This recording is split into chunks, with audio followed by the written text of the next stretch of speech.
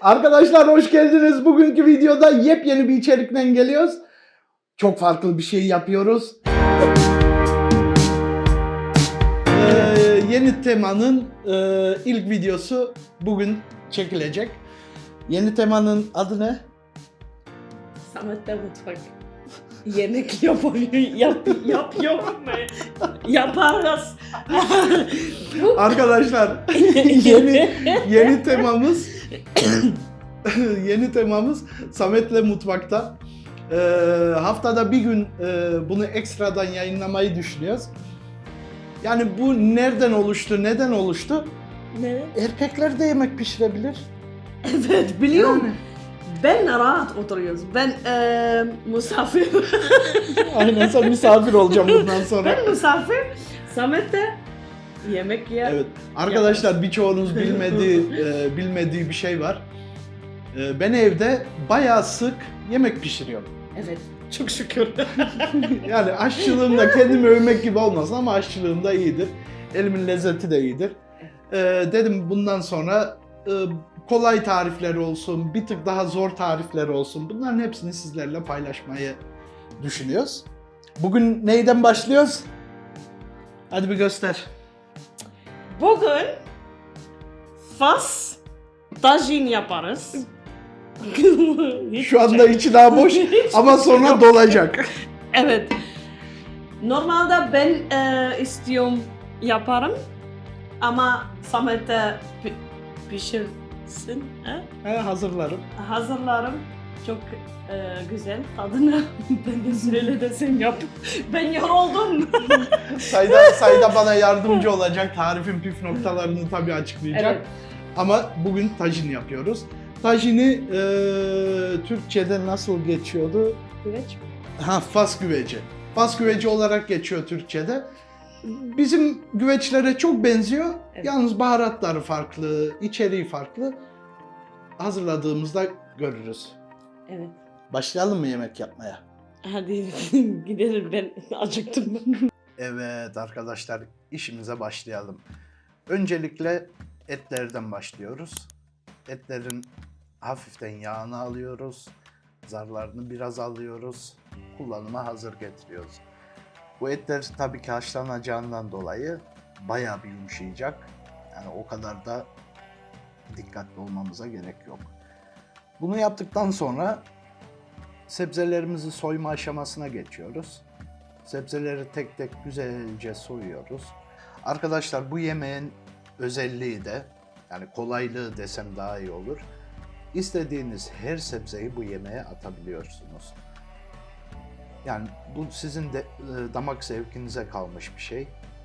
İsterseniz kabak olur, isterseniz fasulye olur. Yani herhangi bir sebzeyi seviyorsanız bunun içine ekleyebilirsiniz. Biz burada havuçla patates tercih ettik. Sonradan biraz da bezelye ekleyeceğiz. Bunları sevdiğimizden, bizim sevdiğimiz sebzeler olduğundan ve şu an elimizde bulunan sebzeler olduğundan bunları seçtik. Patatesleri de güzelce soyuyoruz. Fazla küçültmeden. Bunları sonra keseceğimizi göreceksiniz. Ve patateslerin adetleri isteğinize göre. Yani bunun tam bir ölçüsü yok. Yani sebzeyi çok seversiniz, çok katarsınız, eti çok seversiniz, onu çok katarsınız. Yani bu tamamen size kalmış bir şey. Bunları soyduktan sonra güzelce bir yıkıyoruz. Evet.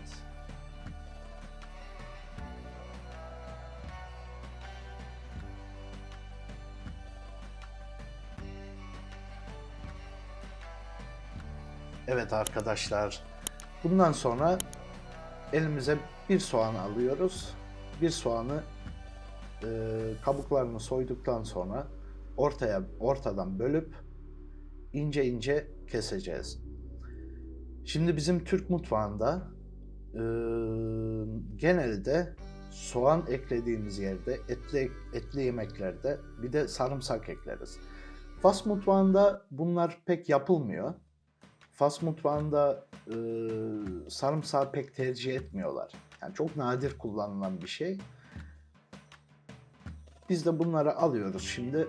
Kısa kısa, ince ince doğruyoruz. Bunlar sonra tajinin, yani güvecin altını oluşturacak.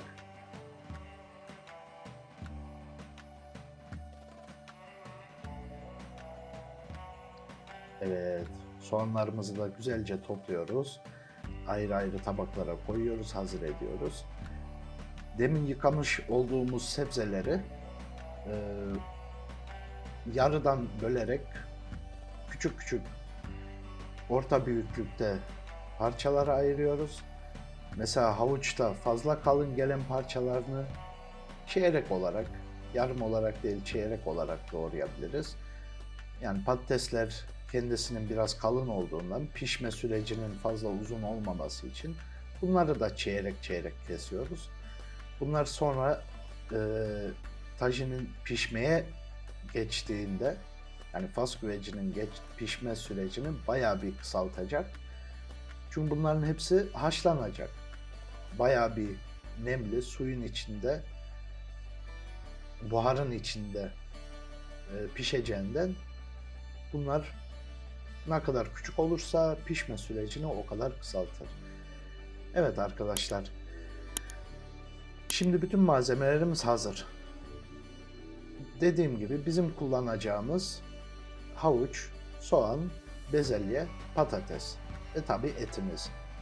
Etimize tat vermek için şimdi etimizi az bir yağ ekleyerek baharatlandıracağız. Bu baharatın özelliği var. Bu Fas'ta kullanılan özel bir karışım. Bunların hazır hali Türkiye'de pek bulunmuyor. Ama tabii ki baharatçımıza gittiğimizde bu baharatların karışımını kendimiz de yaptırabiliriz. Şimdi göreceğiniz gibi baharatlar bunlardan oluşuyor.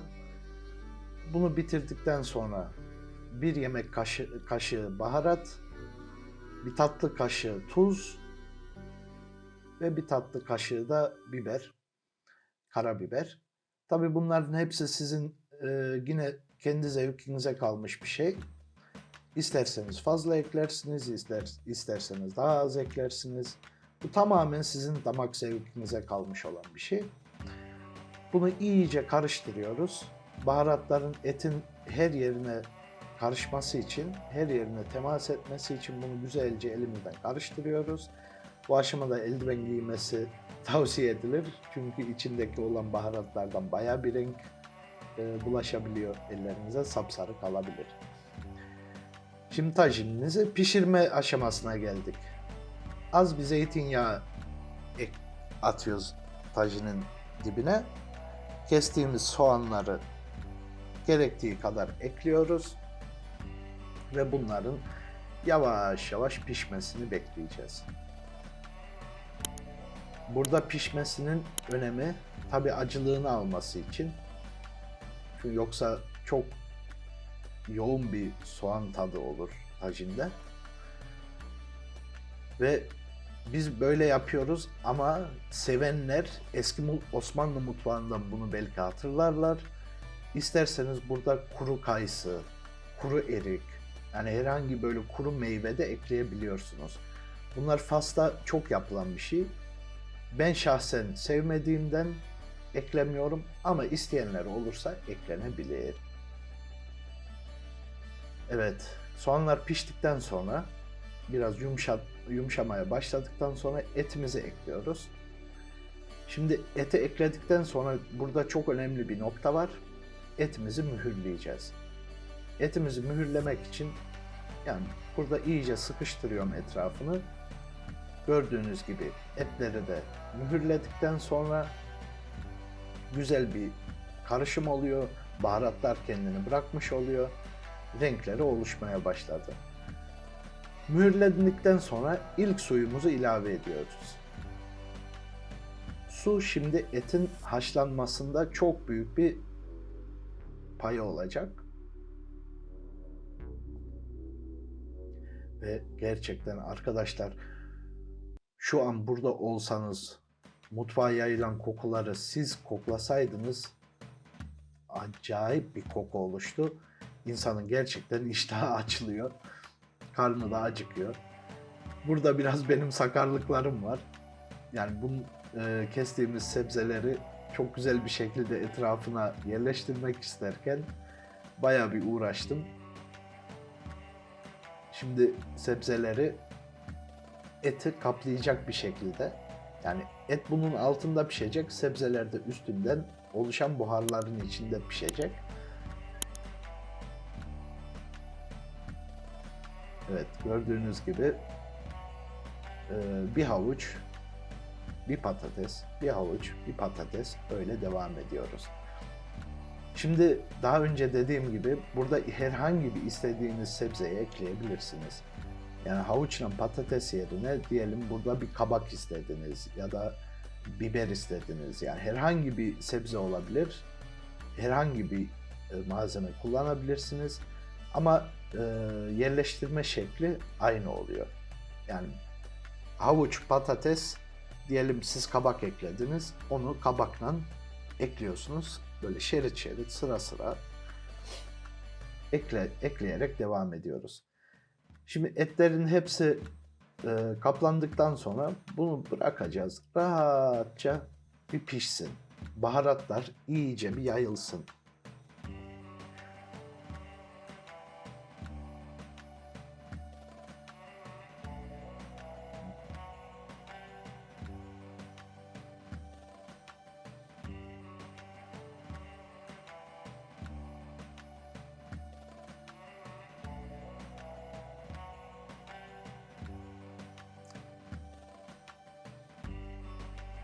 Patatesleri ve havuçları yerleştirdikten sonra haşlanması güzel olsun diye biraz daha su ekliyoruz. Ve bunların hepsini tamamlamak için son malzememizi ekliyoruz.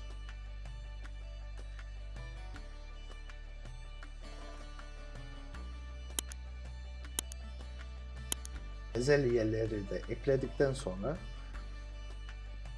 arasına bir kaşık sıkıştırıp kapağını kapatıyoruz. Böylece pişmeye bırakıyoruz. Gördüğünüz gibi çok güzel pişmeye başladı. Güzelce haşlanıyor her şey. Ara ara suyunu kontrol etmeniz gerekecek. Yani yeterince su var mı içinde? Nemi kontrol ettikten sonra kapağını tekrar kapatıyoruz ve pişmesine bırakıyoruz. Bu süreç arkadaşlar kullandığınız malzemelere göre değişebilir. Ortalama şöyle bir saat, 1,5 saat en az pişer. Yani isterseniz kısık ateşte bunu 3-4 saatte pişirebilirsiniz. Yani ne kadar pişerse et o kadar yumuşak olur, malzemeler o kadar lezzet kazanır. Evet, gördüğünüz gibi çok güzel kaynamaya başladı. Sebzeler, etler çok güzel pişti. Ve son bir kontrol ederek patateslerimiz, havuçlarımız piştiyse tajinimiz hazırdır. Arkadaşlar bu tarifi denemenizi gerçekten tavsiye ediyorum. Çok güzel, çok lezzetli. Türk damak zevkine de hitap edeceğinden eminiz. Biz evde çok yeriz. Şimdiden afiyet olsun. Evet arkadaşlar, bugün sizlerle birlikte Fas tajini yaptık. Fas güveci aslında, Fas tajini değil. Tajin asıl ismi. Evet. Bunu kesinlikle herkese tavsiye ediyorum. Gayet basit bir yapımı var. Pişme süreci biraz uzun sürüyor. Ama sonunda ekmeğine bandırıp efsane bir lezzet oluşuyor. Çok çok çok çok çok çok güzel. Evet arkadaşlar, bu şekil videolardan görüşünüzü çok merak ediyoruz. Altta yazabilirseniz böyle devam edelim mi, etmeyelim mi, tavsiye ettiğiniz tarifler var mı, görmek istedikleriniz. Bunların hepsini çok merak ediyoruz. Biz yemeğimizin tadına bakmaya gideceğiz. Güzelce tadını çıkaracağız. Evet. Çok güzel. Ve öylesiyle bayağı yoruldum. Karnım da çok acıktı. Şimdi kokuları alabilseydiniz. Oo. Oo. Arkadaşlar izlediğiniz için çok teşekkür ederiz. Şimdiden hepinize afiyet olsun bu tarifi deneyenler için. Ne yapsınlar? Like unutmayın. Share, care, love, abone. Evet arkadaşlar. Bir abone olursanız, bir ufaktan yorum bırakıp like atarsanız çok memnun oluruz. Çok mutlu kalırız. Ben çok acıktım sayıda. Hadi gideriz biz. Yiyelim. Hadi Yiyelim. biz yemeğimizi yiyelim. Yiyelim. Arkadaşlar sağlıcakla kalın. Bugünlük bu kadar. Evet. Selamun aleyküm. Ve aleykümselam. Görüşürüz. İyi akşamlar. Her şey. İyi günler, iyi akşamlar, iyi geceler. Ne var ne yok saat kaçta Biz izliyorsanız. acıktın. Hadi. Bye bye.